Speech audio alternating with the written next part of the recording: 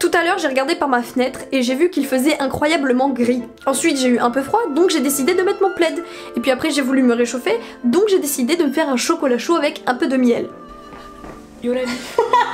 Et donc bref, enfin retrouvé couvé sous cette ambiance cocooning, ça m'a donné envie de regarder un dessin animé comme quand j'étais petite. On a des souvenirs liés à certaines odeurs, à certains paysages, à certaines personnes de notre enfance, mais aussi à certains objets, à certains films, à certaines musiques et à certains dessins animés. Et du coup c'est dans ce contexte que j'ai eu l'idée de vous faire cette vidéo. Bref, let's go! Donc on part aujourd'hui sur une liste des 10 dessins animés, des 10 films d'animation qui ont bercé mon enfance. On commence avec la place numéro 10, qui est Le Fabuleux Monde de Gaïa. Non, Le Monde Fabuleux de Gaïa, que dis-je? Oui, qu'entends-je? C'est un film qui est sorti en 2005, donc j'avais 5 ans, mais je l'ai connu plus tard, vers mes 7-8 ans. C'est un film d'animation allemand qui a été traduit bien sûr en plusieurs langues, et le nom des réalisateurs va s'afficher ici.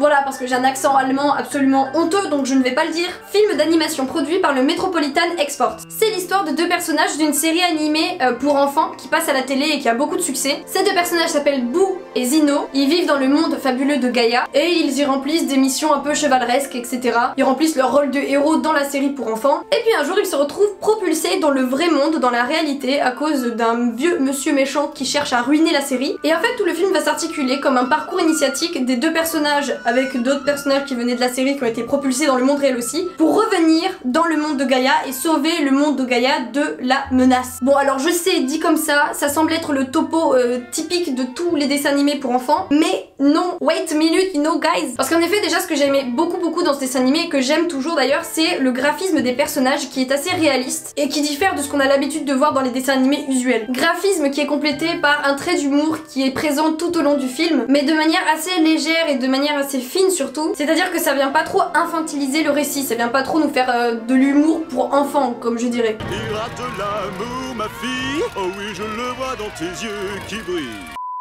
Ensuite, place 9, c'est l'apprenti sorcier.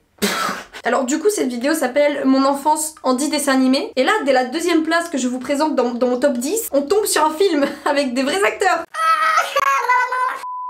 Donc pourquoi, selon vous, vous pouvez vous dire, mais pourquoi je l'ai mis dans mon top 10 de dessins animés? Il fait tellement partie de mon enfance que voilà, je me sentais un peu obligée de le mettre dans mon top 10, au titre de l'exception. L'apprenti sorcier, c'est un film réalisé par John Turteltaub, si je dis pas de bêtises. Yes, produit par Walt Disney of course, avec en guest les personnages Nicolas Cage, Jay Baruchel, je sais pas comment on dit trop, et Teresa Palmer. Ce film il est sorti en 2010 et pour moi à l'heure actuelle il est toujours aussi intemporel, genre vraiment il n'a pas vieilli d'un poil.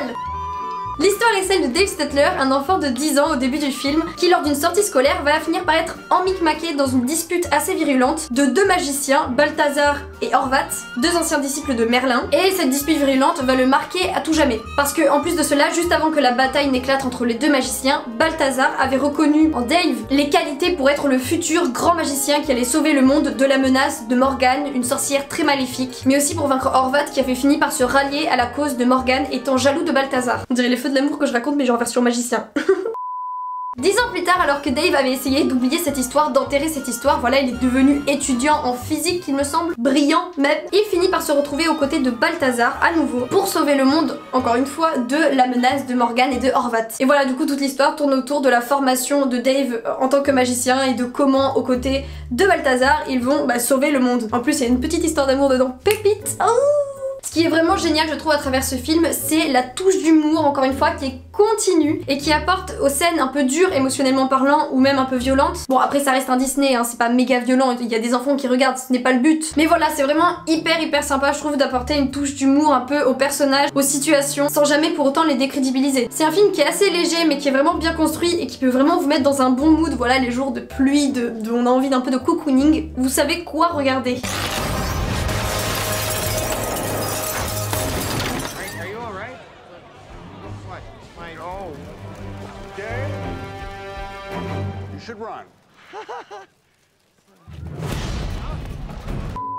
Place 8.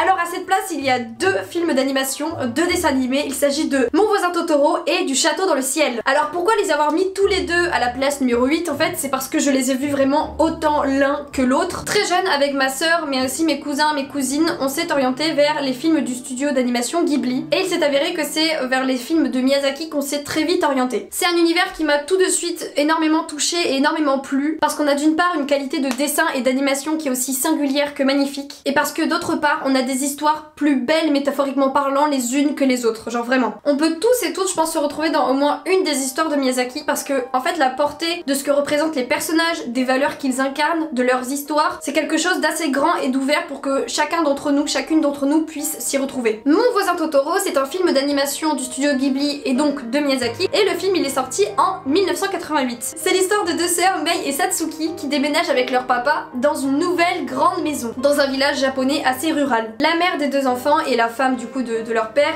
est malade donc du coup elle est en maison de repos. Les jeunes filles se mettent alors à découvrir les alentours et vont au bout d'un moment faire la rencontre de l'esprit de la forêt appelé Totoro. Et va s'en suivre plein de petites aventures avec justement l'esprit de la forêt mais aussi avec leur père, à l'école, etc. C'est un dessin animé qui est très souvent beaucoup apprécié par les enfants, mais comme beaucoup de films de Miyazaki, c'est beaucoup plus profond qu'il n'y paraît. En effet, il y a vraiment des métaphores qui sont cachées à travers cette histoire, à travers ce dessin animé, et qui peuvent toucher bien plus entre guillemets que des enfants, et je vous invite vraiment à le voir si vous ne l'avez jamais vu, parce que ce sont des paysages magnifiques, il y a des musiques magnifiques, c'est une histoire magnifique, donc foncez!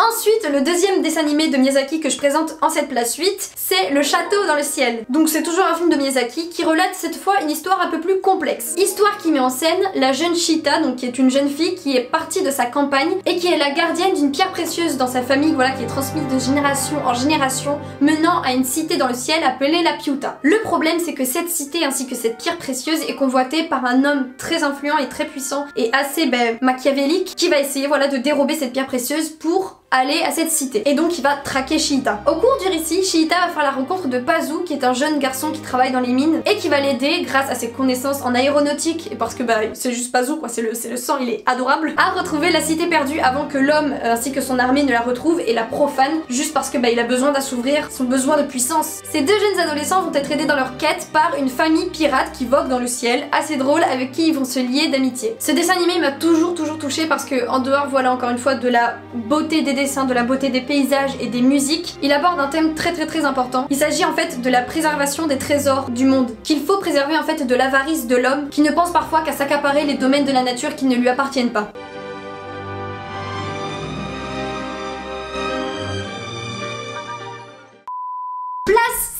Les enfants de la pluie. Ouais, je fais un peu d'animation dans mes transitions, on est là. Alors là, on aborde un des grands dessins animés de ma vie. Il s'agit d'un film d'animation qui est sorti en 2003 sous la réalisation de Philippe Leclerc et qui a été notamment produit par le MK2 et Praxinos. C'est un récit fantastique inspiré du roman de Serge Brussolo, À l'image du dragon, qui raconte l'histoire d'une société divisée en deux en raison d'une rupture mystique entre le peuple du feu d'un côté qui ne peut pas vivre au contact de l'eau et du froid, et de l'autre part il y a évidemment le peuple de l'eau qui ne peut pas vivre au contact de la chaleur et du feu. Ces deux peuples s'évitent comme la peste en raison de leur nature différente. Cependant, lors d'une expédition pour en savoir plus sur le peuple des Hydros, donc le peuple de l'eau, Scan, donc un jeune Pyros issu du peuple du feu, jeune écuyer, aux côtés de son meilleur ami Tob, va apprendre le tragique secret de ce que son peuple fait au peuple des Hydros sous les ordres du tyrannique Raza. Il va ensuite s'en suivre une histoire d'amour importante entre lui, donc Scan, et une jeune fille Pyros appelée Callisto. Histoire d'amour où donc tous les opposent, mais c'est cette histoire d'amour qui va les mener à vouloir à tout prix rétablir la paix parmi les peuples. C'est une histoire encore une fois magnifique avec des dessins très beaux, très simples mais et une musique très belle tout au long du film qui aborde la cruauté, l'inhumanité de la guerre, basée sur la peur en fait d'un peuple par rapport à un autre, juste en raison de la méconnaissance de leur mode de vie. Et je trouve qu'il est vraiment parfait ce film pour apprendre aux grands comme aux petits les enjeux en fait de la paix à travers les peuples, à travers les différentes ethnies qui peuvent composer un monde tout simplement. Ensuite, place 6, Anastasia. Il s'agit d'un film d'animation datant de 1997 de Don Bluth et Gary Oldman sous la production de la Fox Animation Studio. Je dis ça parce que pendant très longtemps j'ai cru que c'était un film Disney, mais pas du tout. Il s'agit ici de l'histoire de la grande duchesse de Russie Anastasia qui, après la mort tragique des membres de sa famille impériale orchestrée par le maléfique Rasputin, se retrouve orpheline et surtout sans souvenir de son passé, de sa famille. Des années plus tard, alors qu'elle est devenue une jeune femme, elle tente de retrouver sa famille. Au même moment, sa grand-mère, la seule survivante de cette tragédie, tente activement de retrouver sa petite fille qui n'est autre qu'Anastasia. Et donc la jeune Anastasia, dans un parcours initiatique, va essayer de retrouver sa famille perdue grâce à l'aide de Dimitri, un jeune homme qui travaillait autrefois pour la famille impériale, et de son compère Vladimir, qui à la base, eux, ne voulaient juste que récupérer le pactole qui était promis en fait si on rapportait la petite fille à la grand-mère. J'aime beaucoup ce film et l'histoire bien sûr, mais aussi les musiques qu'il y a dedans, elles sont très entraînantes et elles mettent la patate. De plus, ce que j'ai apprécié, c'est qu'on n'a pas l'histoire basique d'amour entre voilà un jeune garçon, une jeune femme, donc voilà, ça je trouve ça vraiment bien.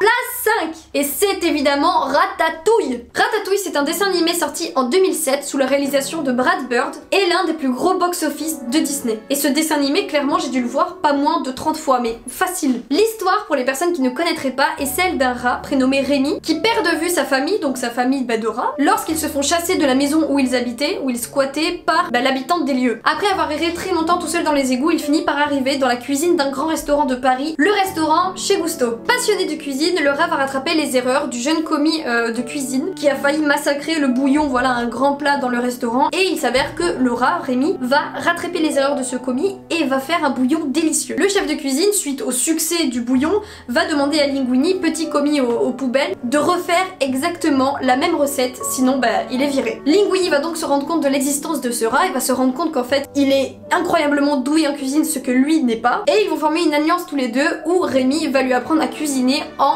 dictant ses faits et gestes à travers ses cheveux. C'est un très beau dessin animé avec de magnifiques dessins mais aussi de magnifiques musiques, voilà, qui font vraiment chaud au cœur et qui abordent des thèmes très importants comme l'amitié entre les animaux et les humains, mais aussi et surtout, je pense, la réalisation de rêves. Que quand vous êtes passionné, vous avez le droit de vous lancer et qu'il peut y avoir des génies partout sans distinction aucune. Et évidemment, le dessin animé aborde le thème de la cuisine que j'adore de manière générale, mais que j'adore encore plus dans les dessins animés. Genre vraiment, ne me demandez pas pourquoi, mais dans les dessins animés, quand il y a des scènes de bouffe, de cuisine, je... Waouh, j'adore, je sais pas pourquoi, j'adore. Place 4. Alors là, il y en a deux complètement différents. Il y a d'une part Shrek et de l'autre Wallace et Gromit. Shrek, c'est une quadrilogie qui a commencé en 2001 avec le premier, sous la réalisation de Andrew Adamson et Vicky Jenson, produit par la société DreamWorks. Dans un monde fantaisiste, l'histoire est celle de Shrek, un ogre, vivant tranquillement dans son petit marais à l'écart du reste du monde pour préserver sa tranquillité. Il va être amené néanmoins à devoir sauver un jour une princesse nommée Fiona, qui est dans une haute tour protégée par une dragonne, pour la ramener au roi du royaume dans lequel Shrek habite, qui souhaite l'épouser. Pendant cette expédition, il va faire la rencontre de l'âne, il va ensuite sauver la princesse et il va en tomber amoureux. Et la princesse va réciproquement tomber amoureuse de lui. Bon, ensuite je peux pas résumer non plus les 3 autres films parce que vraiment ça va être très long, mais en tout cas vraiment quand je suis triste, quand j'ai pas le moral, voilà, quand je suis un peu dans mes bad moods, Shrek c'est vraiment une valeur sûre. Je parle notamment du 1, du 2 et du 3 parce que le 4 j'ai pas été franchement très fan, mais le premier, le deuxième, le troisième, mouah. Et ça affirme surtout en fait que chacun est beau comme il est et qu'il y a quelque part des personnes qui vous apprécieront pour ce que vous êtes et pas pour ce que vous paraissez être. Et puis clairement l'âne, mais genre vraiment juste l'âne. Because I'm too seul, il n'y a personne beside me. Pas de problème en single, il n'y a personne qui raille me. Ensuite, de l'autre côté, autre salle, autre ambiance, Wallace et Gromit. J'ai découvert Wallace et Gromit très jeune avec ma grande sœur et c'est vraiment à partir de ce moment que j'ai commencé à vouer un culte à la pâte à modeler et à l'animation faite à partir de pâte à modeler, vraiment. Sous la création et la réalisation de Nick Park et de la production Play-Doh, cette saga de courts-métrages et de longs-métrages qui a commencé en 1989 relate l'histoire d'un homme appelé Wallace, qui est un inventeur avec la tête un peu dans les nuages, un peu déconnecté de la réalité, et de son chien Gromit, qui est un chien sage, intelligent, qui va assister son maître dans la réalisation de ses inventions et de ses explorations. Et les histoires sont toutes aussi fantaisistes les unes que les autres. Mon court-métrage préféré avec ma sœur de Wallace et Gromit, je pense que c'est Wallace et Gromit qui partent sur la lune pour manger du fromage. Genre vraiment, quand j'étais petite, je rêvais d'aller sur la lune pour manger le fromage, comme dans Wallace et Gromit. Ce que j'aimais vraiment dans ces dessins animés, c'était l'ambiance qu'il y avait, voilà, c'était très reposant, c'était très apaisant, puis on s'attachait beaucoup aux personnages qui étaient très touchants. Ensuite, place 3, Azur et Asmar.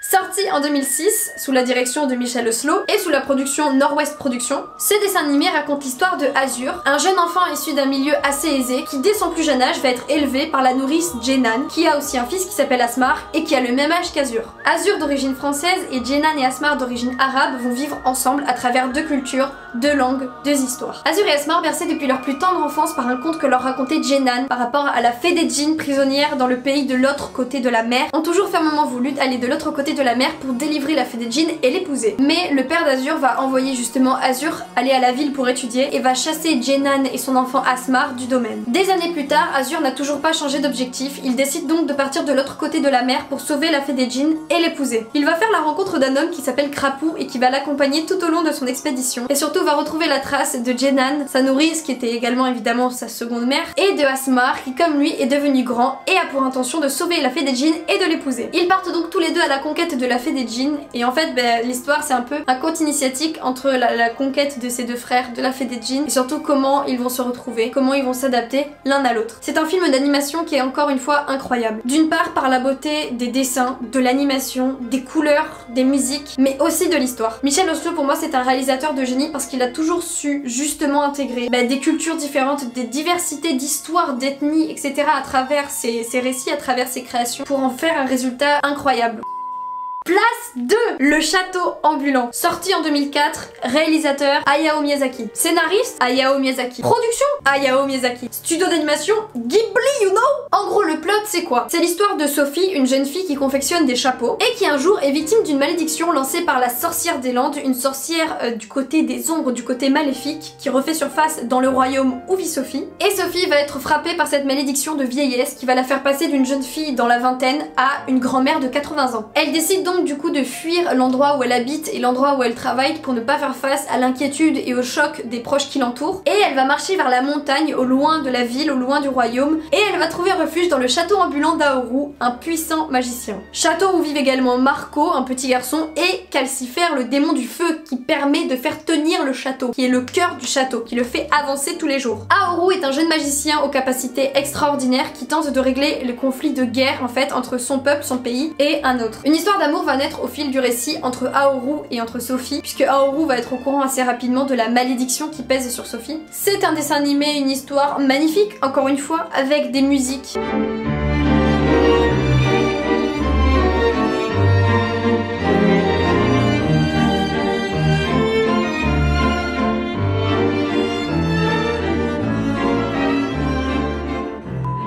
Sérieusement, en dehors de ça, c'est un magnifique récit qui aborde encore une fois l'atrocité de la guerre, la cruauté de la guerre. Cela parle aussi de l'amitié, de l'amour, des fausses apparences, des idées qu'il ne faut pas se faire juste en raison du physique de quelqu'un, mais voilà, apprendre que parfois il faut creuser pour savoir ce que vaut vraiment entre guillemets quelqu'un. Bref, en tout cas, si vous voulez mon amour inconditionnel, foncez voir ce dessin animé, on pourra en parler pendant des heures, il y a zéro problème. Et enfin, place numéro 1, Coraline. Je le connais vraiment sur le bout des doigts, c'est un truc de fou. C'est un dessin animé qui est sorti en 2019 sous la production Universal Pictures et sous la réalisation de Henry Selick qui s'est inspiré du roman de Neil Gaiman éponyme Coraline. Donc l'histoire du dessin animé de mon enfance, le #1 dans ma liste, qu'est-ce que c'est? Coraline, qui est une jeune fille qui sort tout juste de l'enfance pour entrer dans l'adolescence, déménage dans une nouvelle et grande maison avec ses deux parents. Ses parents, débordés par le déménagement et par leur travail, ne peuvent s'occuper de Coraline et du coup elle s'ennuie. Elle va à la rencontre de ses voisins qui sont tous plus étranges les uns que les autres, et alors qu'elle s'apprête à dormir une nuit, elle est réveillée par le son d'une souris qui la conduit dans son salon où elle trouve une petite porte cachée secrète, où derrière cette porte il y a un long tunnel, et quand elle arrive au bout de ce tunnel, elle arrive dans une maison qui ressemble exactement à la sienne, mais où tout est mieux, y compris ses parents. Ses autres parents s'occupent d'elle comme une reine, ils la couvrent de cadeaux, lui font à manger des choses incroyables, lui font faire des sorties extraordinaires. Bref, elle vit sa meilleure vie la Coco. Cependant, très rapidement, cet Eldorado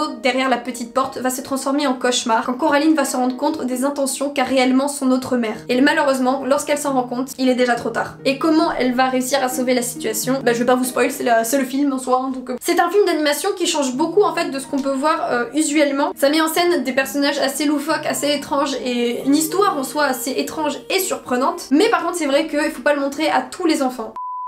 Donc voilà ma mif, mon top 10, mon classement est fini, j'espère qu'il vous aura plu. Peut-être que vous avez des films que vous avez déjà vus, peut-être qu'il y en a que vous n'avez pas vu et que vous allez voir. Dites-moi dans les commentaires si vous avez vu déjà des films que je vous ai dit, si vous en avez qui résument aussi votre enfance, et n'hésitez pas à me donner vos retours par rapport aux films que je vous ai cités. Sur ce, prenez bien soin de vous comme d'habitude, on se retrouve très vite pour une prochaine vidéo. Bisous ma mif. Mouah.